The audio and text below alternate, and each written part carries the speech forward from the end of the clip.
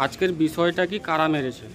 ব্যাপারটা হচ্ছে যে আপনারা সবাই জানেন যে কেন্দ্রের বিজেপির নির্দেশে বিজেপি কমিশন মিলে যে বাংলা বা বাংলার উপরে যে এসআরের নাম করে যেভাবে বাংলা বিরোধী বিদ্বেষী করে বাঙালিকে বাংলাদেশ প্রমাণ করার চেষ্টা করা হচ্ছে, তার বিরুদ্ধে আমাদের নেত্রী মমতা বন্দ্যোপাধ্যায়ের নেতৃত্বে আমাদের নেতা অভিষেক বন্দ্যোপাধ্যায়ের বিরুদ্ধে প্রত্যেকটা তৃণমূল কংগ্রেস কর্মী প্রতি মুহূর্তে লড়াই করছে।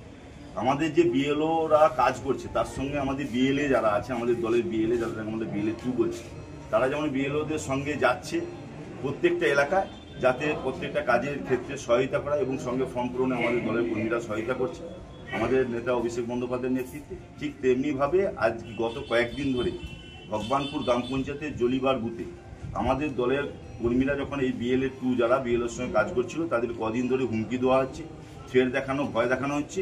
আজকে তার চূড়ান্ত সীমায় পার্টি অফিসের ভিতরে ঢুকে ওখানকার স্থানীয় দুজন পঞ্চায়েতের স্বামী আর একজন পঞ্চায়েত সমিতির স্বামী, এদের নেতৃত্বে বিজেপির নেতা, এদের নেতৃত্বে কিছু হারমাত মিলে আমাদের 2 জন কর্মীর উপরে আক্রমণ করে এবং একজনকে আমরা এই মুহূর্তে তমলুক স্থানান্তর করেছি, একজনকে প্রাথমিক চিকিৎসা চলছে।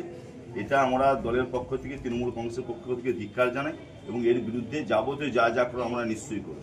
শুধু এইটুকু বলতে পারি যে বিজেপি যদি মনে করে যে তৃণমূল কংগ্রেস কর্মীদের উপরে এইভাবে অত্যাচার করে এই জায়গার যে কাজ চলছে, আজকে বিএলও তার যে কাজ করছে সেখানে আমাদেরকে সব রকমভাবে অপদস্থ করবে বা কোনোভাবে কাজ করতে সহায়তা তা হবে না। আমরা সব রকমভাবে এর বিরুদ্ধে যা ব্যবস্থা আমরা নিশ্চয়ই নেব। আমাদের মূলত পরিতোষ বাবু, যিনি সবচেয়ে বেশি, অভিষেক কুমার সাউ, যিনি আমাদের বিএলএ হিসেবে কাজ করছিলেন ওখানে এবং যিনি দিন রাত এক করে মানুষের ফর্ম ফিল আপ থেকে শুরু করে সব রকম সহায়তা করেছিলেন, মানুষও তার কাছে আসছিল।